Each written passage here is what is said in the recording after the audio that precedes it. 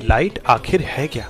इस सवाल का जवाब हम सदियों से खोज रहे हैं। न्यूटन का मानना था कि ये छोटे छोटे पार्टिकल से बनी है, पर यंग्स डबल स्लिट एक्सपेरिमेंट और मैक्सवेल की इलेक्ट्रोमैग्नेटिक वेव इक्वेशंस ने साबित कर दिया कि ये एक वेव है। तो मामला सेटल लग ही रहा था कि तभी एंट्री हुई एल्बर्ट आइंस्टाइन की। आइंस्टाइन के टाइम पे फिजिक्स के गलियारों में एक ऐसा एक्सपेरिमेंट हो रहा था जिसका किसी के पास कोई जवाब नहीं था। जब किसी मेटल पे हाई फ्रीक्वेंसी लाइट या यूवी रेज गिराते तो मेटल से इलेक्ट्रॉन इजेक्ट होते और इस एक्सपेरिमेंट को फोटो इलेक्ट्रिक इफेक्ट नाम दिया गया। पर इसे वेव नेचर से समझना इतना मुश्किल क्यों है?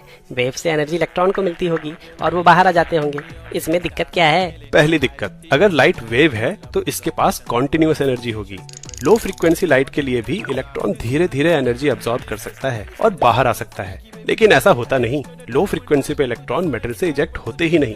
दूसरी दिक्कत, अगर लाइट की इंटेंसिटी बढ़ाएं तो वेव की कुल एनर्जी भी बढ़नी चाहिए, यानी जब मेटल से इलेक्ट्रॉन इजेक्ट हो तो ज्यादा तेज यानी ज्यादा काइनेटिक एनर्जी से बाहर आने चाहिए, पर ऐसा भी नहीं होता। एक फ्रीक्वेंसी की कितनी भी वेव्स मार लो, इलेक्ट्रॉन की एनर्जी सेम ही रहती है। इन सब सवालों का जवाब साइंटिस्ट के पास नहीं था और आइंस्टाइन भी इन सवालों का जवाब ढूंढ रहे थे। आइंस्टाइन से पहले प्लैंक ने एनर्जी क्वांटाइजेशन की थ्योरी दी थी, जिसके हिसाब से इलेक्ट्रॉन फिक्स मात्रा में ही एनर्जी गेन या रिलीज कर सकते हैं, उस फिक्स मात्रा से कम या ज्यादा नहीं। आइंस्टाइन ने अपनी बुद्धि लगाई और प्लैंक की थ्योरी को और एक्सपेंड किया। अगर इलेक्ट्रॉन में लाइट की एनर्जी सिर्फ निर्धारित मात्रा में ही एब्सॉर्ब या रिलीज होती है, तो कहीं लाइट की एनर्जी खुद ही क्वांटाइज फॉर्म में तो नहीं एग्जिस्ट करती। मतलब लाइट, जिसे वेव माना जाता है, उसकी एनर्जी कॉन्टिन्यूअस नहीं बल्कि फिक्स क्वांटिटी की हो, यानी वो एक पार्टिकल की तरह हो। आइंस्टाइन ने इन लाइट के पार्टिकल्स को फोटोन का नाम दिया।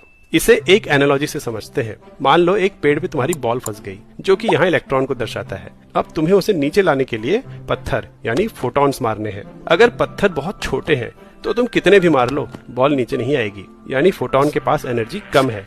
ये केस लो फ्रीक्वेंसी लाइट को दर्शाता है। पर क्या हो अगर एक के बाद एक कई सारे छोटे छोटे पत्थर बॉल को लग जाएं? तब तो बॉल को गिराने के लिए इनफ एनर्जी होगी। कई सारे छोटे पत्थर मतलब लो फ्रीक्वेंसी और हाई इंटेंसिटी। अगर कई सारे पत्थर एक साथ लगे तो बॉल गिर भी सकती है, और असल में इलेक्ट्रॉन्स के साथ भी ऐसा ही होता है। जब लो फ्रीक्वेंसी और हाई इंटेंसिटी की लाइट मेटल पे गिराते हैं तो कभी कभी कुछ इलेक्ट्रॉन्स एक से ज्यादा फोटॉन्स की एनर्जी एब्सॉर्ब कर बाहर भी आ जाते हैं, पर इलेक्ट्रॉन इतना छोटा होता है कि ऐसा होने की प्रोबेबिलिटी बहुत कम है। वहीं अगर बड़े पत्थर यानी हाई फ्रीक्वेंसी के फोटॉन्स मारे तो जितने तेज पत्थर लगेंगे उतनी तेजी से बॉल बाहर आएगी, यानी ज्यादा काइनेटिक एनर्जी से। और इस तरीके से लाइट को पार्टिकल मानने से फोटो इलेक्ट्रिक इफेक्ट के सारे अनसुलझे जवाब मिल गए, और आइंस्टाइन ने ये प्रूफ कर दिया कि लाइट केवल वेव नहीं बल्कि पार्टिकल नेचर भी शो करती।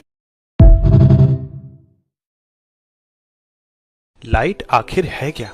इस सवाल का जवाब हम सदियों से खोज रहे हैं। न्यूटन का मानना था कि ये छोटे छोटे पार्टिकल से बनी है,